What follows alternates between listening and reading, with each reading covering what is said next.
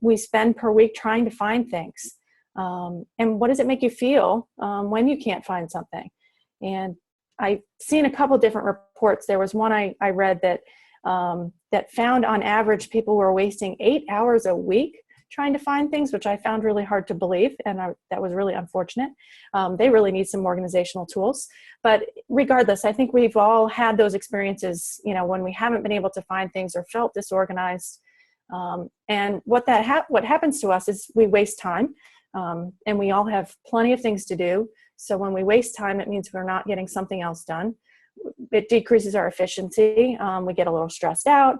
And honestly, we talk about our culture of multitasking, and truly our brains can't multitask. So when we get drawn away, it takes time for our brain to re-engage. So again, we're losing even more time when we're struggling with things like trying to find something, for example. So in today's day and age, we're mobile professionals. We have to be on the move, whether it's you're working from different locations or being able to access things when we're at home or away from at a conference or what have you. I think we're all dealing with the fact that we have multiple devices. We need to access our files and our information from anywhere. And truly, things are going more and more digital. So these are the kinds of things that I'm talking about today in helping us to get organized. Could be your laptop or your desktop, whether you have tablets, smartphones. We're also talking about those paper files that we may or may not still have, Post-it notes, our to-do lists, our notes that we have everywhere, and that pencil and paper of still taking notes in a meeting, that kind of thing. So whatever you're comfortable with and whatever you have for technology and these kinds of things, I want you to think about what's going to work best for you and how we can streamline our processes a little bit better. So tip number one, this is old school. Organize your files, whether they're print files in Google Drive, hard drive, or your email files. You really need to organize your files into folders and be really consistent in your naming conventions. So if you organize things in a certain way within your email files, try to match the same thing within your desktop or online file structures. So that way, when you look for things, it's all consistent and it all reinforces in your brain where things might be. But this is really the first step. There is a time commitment in getting up and running with a new organizational strategy. And to do that, you've really got to spend some time and kind of clean out and give yourself a fresh start. So my second tip is, in this digital age, we need to look at going online more.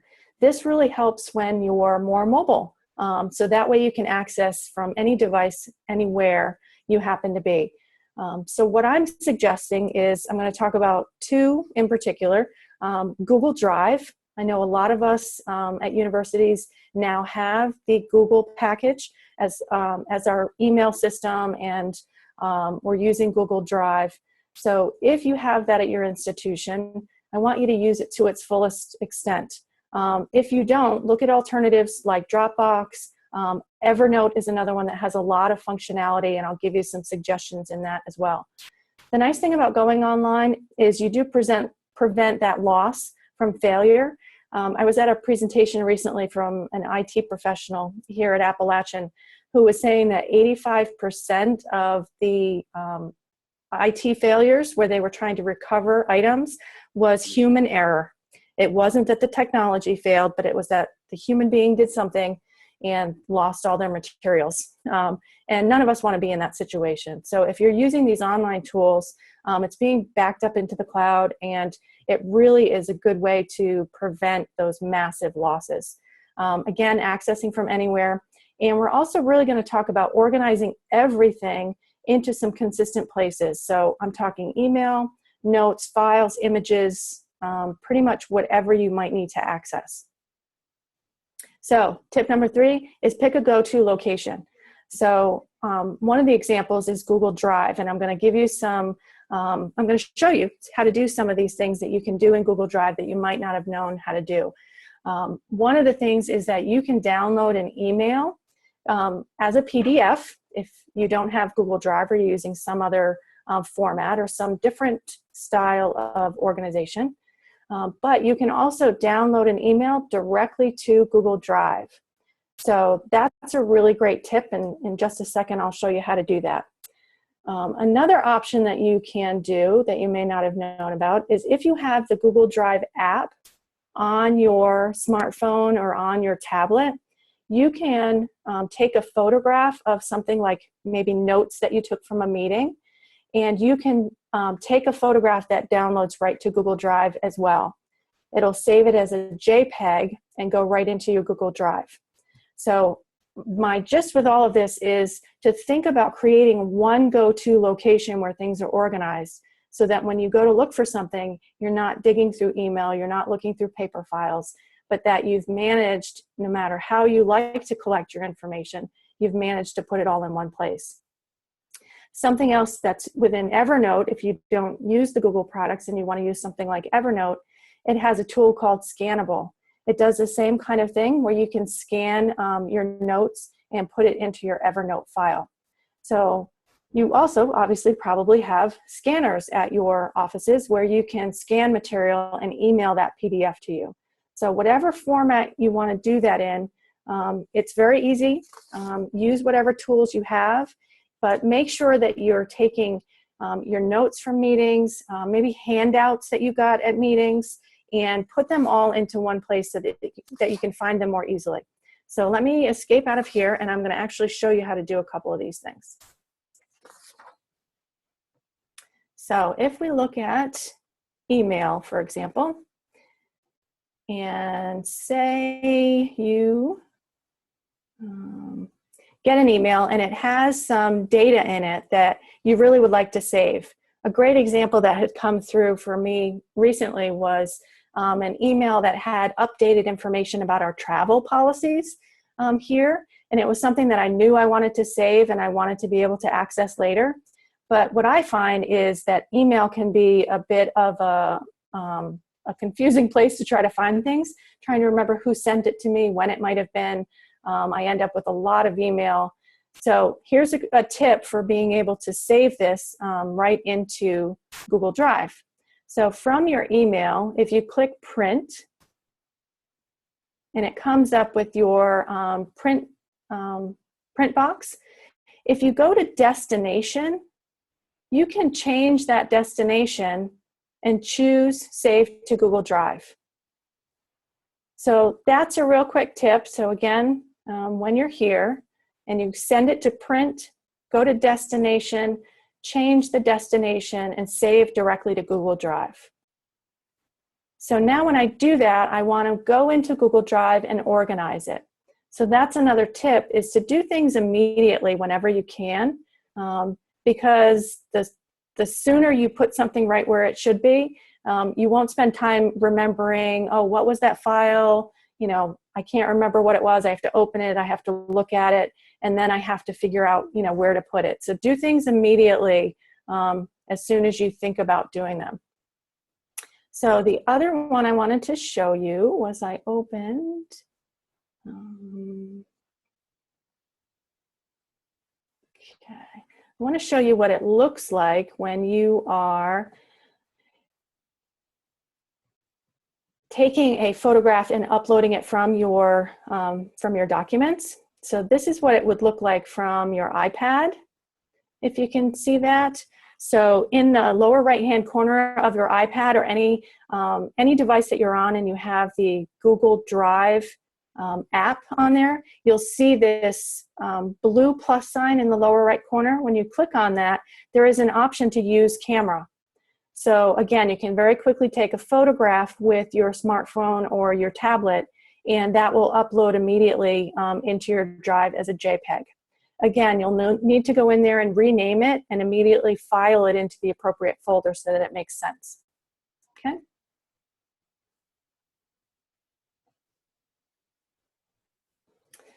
Okay, so that's an example of making sure materials are all in one go-to location. And I think for me personally, that's really made a big difference in being able to find things quickly and also have access to things. If I'm home and I had a notebook with notes in it that's sitting on my desk, I don't have to worry about it because I've scanned those notes and I have access to them in my online files.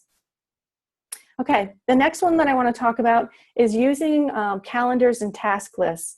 Again, if you're using Google products, that's very easy to do with Google Calendar and Google Task List, but there are lots and lots of options out there. So another idea is that you spend a little bit of time when you're resetting and find which tools work best for you. The ones that you're using at your institution, or practice with some different ones that are out there. There are hundreds of different task list apps that you can utilize. I happen to, again, use the Google products. So I use them through Google, and then I use an app to sync my task list across all my devices. So because I'm using Apple products, I use Go Tasks for my app. It's very simple and very basic. But in that, I can pull in my task list from my home account as well as my work account. And it keeps me more organized, and I really try to utilize that to plan my time and keep track of things like deadlines. If you're using products like Android products, you can use something called G-Tasks. Those are two that I've utilized that I think are really helpful. So again, let me pop out and I'm going to show you some tips when you're using calendars. So excuse that I'm sharing a bit of my life with you here by showing you my calendar. But you'll see a few different things when you look at my calendar. Obviously, I'm using some real old school techniques like color coding, and I would encourage you to do that as well. But think about keeping more information in your calendar than maybe you do already. So, for example, when I schedule meetings or I'm invited to a meeting, I put everything into notes.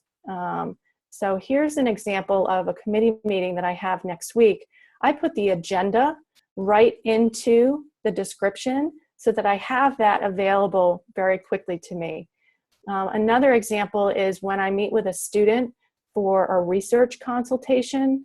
So here's one. I put the description of what that student is asking for right into my calendar. That way I'm not scrambling through my email to try to find it.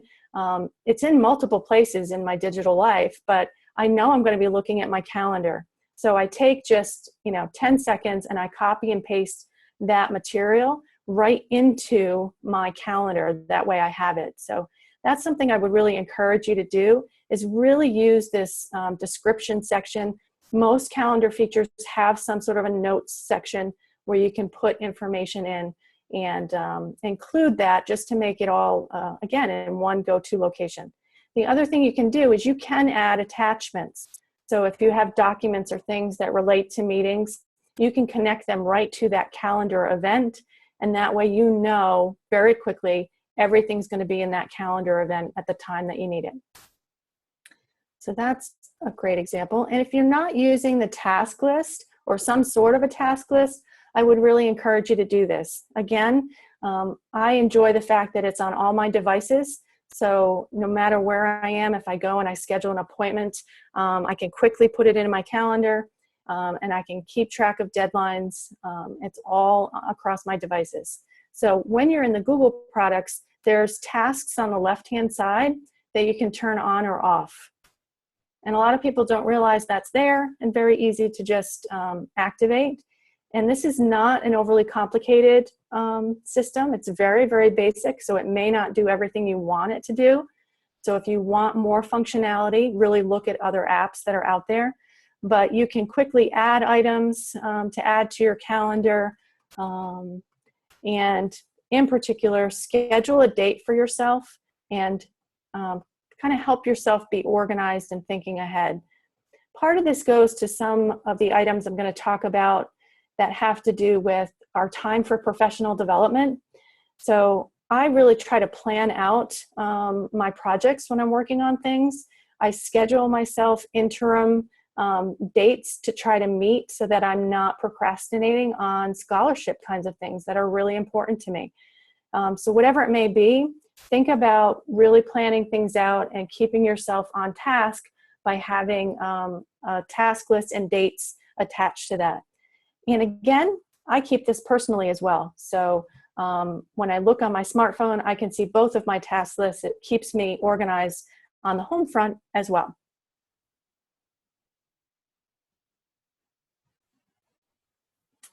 Okay, so number 5, here we go. I want to talk about integrating professional development. Now, I think a lot of us are challenged, particularly at times of year that are really busy, like right now. We get really busy doing our day-to-day responsibilities that we put off that professional development that we want to spend time doing as well. And to be really current in our jobs and to be really good professionals, we need to do things like reading articles and looking at new technologies and participating in webinars like you are today, and really spending some time with that. So I would really encourage you to plan some time on your calendar, even if it's only an hour a week. Really think about when you might have time to spend and read during that time. Or I have a folder in my email where I save webinars that have come out on professional listservs that I want to go back and do. I save those, and during those times, I try to go back and follow up with those materials. So set a time, set timelines on your task list to work on research and scholarship that you want to work on. And here's a new tool that's a part of the Google Calendar app. So if you download the Google Calendar app onto your tablet or smartphone, there's a feature called Goals. And it's a really neat feature where you can tell the Google Calendar app that you really would like to spend 1 hour a week on your professional development, or you want to work out 3 times a week. You give some information to the calendar app, you fill out some questions, and then the app will help you to put that in your calendar. So for example, if it looks at your calendar and puts that in on a Wednesday afternoon, and then you have a meeting that comes up that conflicts with that, which isn't that typically what happens to all of us, and then it never happens. What the app will do is it will move it to another time during the week to try to help you meet that goal so that it doesn't just disappear off of your schedule. I think this is a really cool tool. It's something that I'm just starting to use. And what will happen is the Google app will start to learn what your schedule is like and may find the best times for you. We kind of think we know what those times are, but it will actually look at it from a technology perspective and start to give you some suggestions as to when you most likely could do those tasks. So I think that's really cool. A couple other things about professional reading. I wanted to suggest a few different tools that you could use to keep up with professional reading. So Instapaper is a free use, and I like this if I see something on the internet that I want to read later. Maybe someone tweets an interesting link out on the internet, and I don't have time to read it right then. I can go to that, and I can save it to Instapaper, and it saves it without all of the ads around it, and I can also read it offline. So once it's saved to Instapaper, it's very easy if you're waiting for an appointment and you don't have internet access, you can sit and read some things, or between meetings. I find I'm much more likely to keep up with my professional reading because I've saved things to Instapaper to read later. And it has folders and files that you can put different materials in if you want to be organized. Maybe you're doing research in a particular area and you want to keep things organized, you can certainly do that as well. Evernote has a similar function if you want to use something within Evernote, and it's called Web Clipper.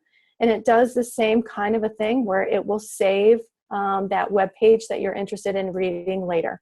So again, whatever tools you're trying to use or you like to use, try to find all the functionality and meet the different challenges that you're faced with.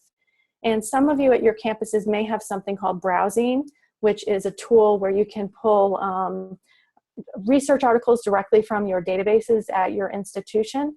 Again, you can save the different journals that you really like to keep up with, and you can utilize browsing to quickly access them and read them later. So next tip is really be self-reflective. I want you to think about what your challenges are. We're all very unique. We all have different experiences, and we all have different challenges. So think about why you decided to join this webinar, that there was something you wanted to learn, or somehow you want to be more organized. Think about what it is you want to do. Be really honest with yourself, and then seek out a solution. So maybe it's something you're learning from this webinar today. Maybe it's something you need to seek out and ask other people about, or do some searching on the internet for. But there are solutions for pretty much everything out there. You always hear there's an app for that. There really is. So think about what you want to organize and find a solution, whether it's something really high tech or something very basic. Maybe it's just reorganizing how your office is laid out so that it's more functional for you and it stays more organized. Whatever it may be, find what works for you and try something new. I find I'm reorganizing my files, my office all the time, because I'm always tweaking things to make sure that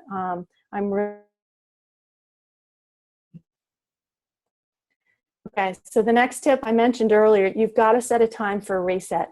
It will take some time when you first start a new process to clean out your files, to scan those documents and notes that you may have and get them all uploaded, to download those new apps and sign in and get them set up on your different devices. But really set some time, decide when you will have time, and get an idea how much time you think it might take. It might take you a whole day, depending on how organized you are or not. But set aside some time and really look at streamlining your processes so that things are going to be more organized and easier to find when you finish. And then the next tip is maintenance. Being organized isn't a one-time thing. You really need to keep up with your organizational styles and make sure that you're managing as you go.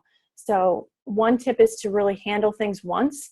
So when something happens, if you can, for example, if you took a picture of notes and you added it to your Google Drive, handle that right away. Go in and change the name of it so the name of the file makes sense. Put it in the appropriate folder and you're done. If you're keeping track of the statistics for instruction sessions that you've done, do that every time you teach. Don't wait till the end. You'd be surprised you spend 3 hours in a chunk of time when you could have spent just a couple minutes every time you did it. And it's really a lot harder to find a 3-hour chunk of time than it is to just spend a little bit of time as you do things. You may find during the week that things are really busy. We all have those weeks, and keep yourself some sort of a basket or some sort of a location in your office that you put things. Handle that at least every week. Get into that routine. I know for me, Friday afternoons are a really great time for me to clean up my office. I make sure that I put things away, I scan documents that I need to, and that way I am ready to go on Monday morning and I'm clean and I'm organized, and it puts my brain a little bit at ease that I'm ready for that week. It also helps me to know that my week is over. I've cleaned up, I'm ready, try to shut down when possible and allow myself to enjoy that weekend. So in summary, here's a few different things that are out there with these different tools. So in Google, you can use Drive. You can snap pictures to upload them directly. There's Task List Calendar. There's also something called Keep, which is a note-taking task list kind of a function that you might want to check out. And then there's that Goal tool as well. Evernote, you can save photos. You can set reminders. There's to-do lists. You can take notes. There's the web clipper. And then if you want to do some offline reading, there's the tool called Instapaper, which you might want to try. So there were lots of tools. There's so many. Here's a few others that I just wanted to throw out there for you. And then I'm going to ask you to share. And what I'll do is I'll add the different tools that you suggest to my PowerPoint slides. So that way when the slides get uploaded to the NCLA website, yours will be integrated in here as well. And it gives some people some different ideas on how they might organize. So I know a lot of people, given that we're a lot in the library field, are using things like Goodreads so that I manage reading lists and I don't forget that great book that somebody mentioned. I like to use Zotero to manage research. Feedly is a great tool if you have multiple social media accounts and you want to manage your news feeds and other feeds all at once. Trello is a free product, and these are all free, by the way. I try to look for free products. Trello is a project management tool. It's very interesting. It's easy to collaborate with other people, and it looks like Post-it notes that you can kind of organize. I mentioned Google Keep. Keyring is a free tool that if you have reward cards from multiple businesses like grocery stores and things, it's an app that will collect all of those in one place. Another thing, when you're trying desperately to find that reward card for the location you're at, here's a tool that can organize them. Awesome Note is another free tool that you might use if you're looking for a calendar to-do notes kind of solution. This might be one that you like to do. Here's a great example. I like to cook, and so does my mom, and she has thousands of recipes. We were looking for a way to organize her recipes in a better way, so we found Recipe Gallery, which is a free tool, and it also allows you to share with other people. So, you know, how cool is that? If you're looking to save passwords, maybe this is something you're disorganized about, is you can't find your passwords for the, you know, million different things that we have different passwords for. This is an app that you can use. It's called LastPass. Pocket is another tool that's similar to Instapaper, where you can download material to read later.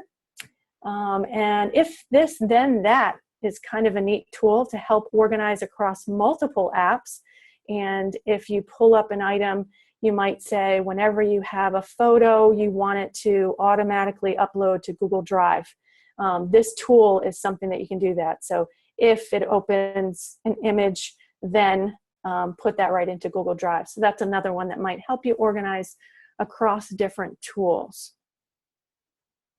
This is my contact information. If you'd like to follow me at Twitter, or if you'd like to email me or chat with me, I'd love to talk to you if you have some other ideas. And if you ever get to Boone, please look me up. We'd love to show you around our library and introduce you to Boone. We think this is a wonderful place and would love to give you a tour of our library if you're ever visiting our wonderful city.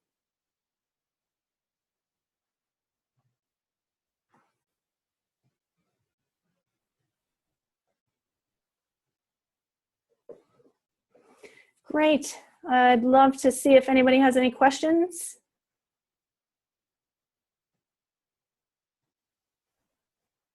Great, thanks. So I see here that someone mentioned Google Keep that they're using, and it's really good for checklists, not just note-taking. That's great.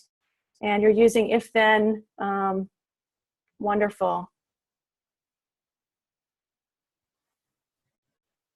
Great. Thanks for the positive feedback. I appreciate it.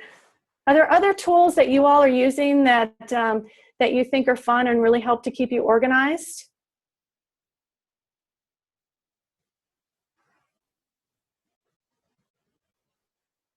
Okay, someone mentions Microsoft OneNote.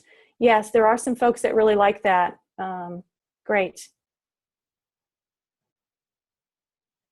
Yeah, obviously, we're a Google campus, so we have access to all those tools.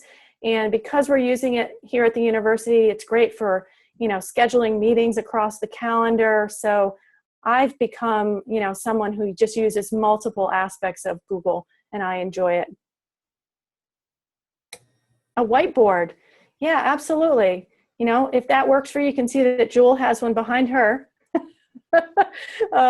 So whiteboards can be great if it puts it right in front of you, that you remember things that you need to do, and that helps to keep you organized. Maybe you're a really visual person, so look for those visual options too. Yeah, Google Forms.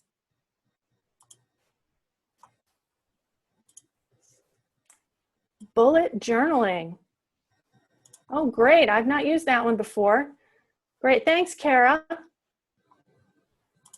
Live Binder for sharing information and presenting information. Great.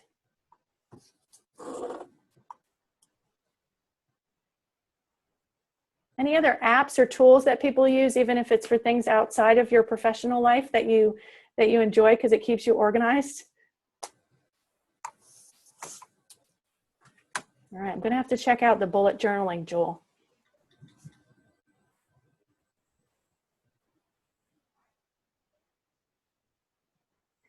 Yeah, the note feature on your iPhone, that's a really good point, is actually a lot of our smartphones and tablets come with apps already on them that we can utilize. So whether it's notes or I really like the new news function that's on the iPad. It's a quick way for me to go and get an overview of different things. So I'm not looking at multiple places all at once.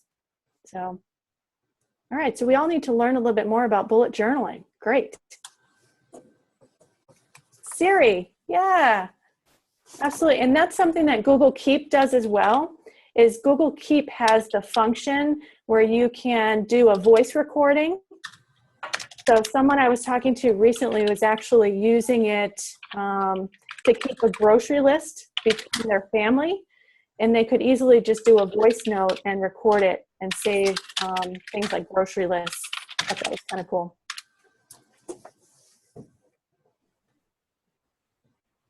Glassdoor. Okay, that's a new one. Haven't heard of that. Or someone else said Cortana. New to me as well.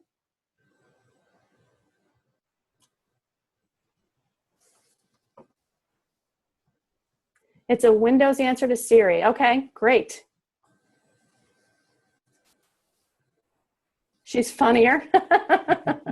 Yeah, whenever we can get, you know, we need to be happy, right? So some of our apps can be fun, and it should be, because if we get ourselves really organized, you know, we should be happier, less stressed out.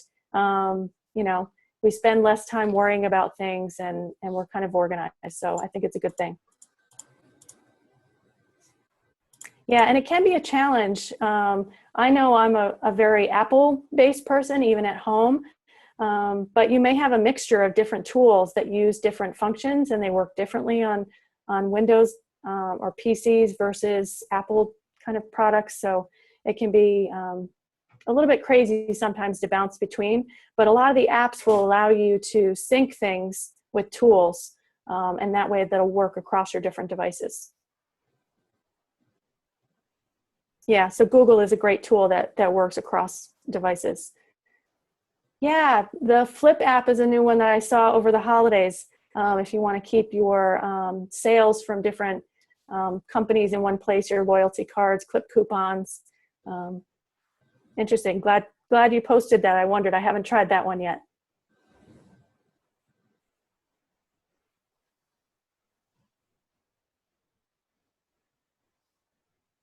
Yeah. Yeah, again, make sure you're using those apps that sync everything across your devices. It really saves you a lot of time. And I know, you know, sometimes it can be a struggle to get all those things set up and synced and working properly, but it really is worth that initial investment to sign up for that app, get things all synced, because it will make your life easier in the long run.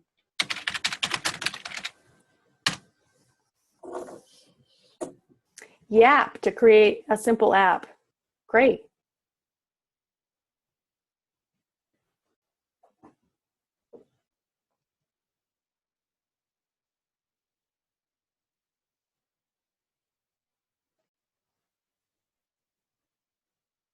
Wonderful. Well, I hope these will give you some different ideas, and you've taken something away from today, even if it's not a particular tool or an app, but it's inspired you to organize something in your life. I hope you'll be inspired, take some time for yourself, because it really is an investment in you as a person and as a professional, that you can really get more organized and be more productive. Thank you so much, Jennifer. Just seeing that you only have one email in your inbox has inspired me so much, and I hope that others are too. Before everyone goes, I'm going to send you a quick survey link. If you have the time, please fill that out to let us know how we're doing, and hopefully you'll have a great next session. Thanks.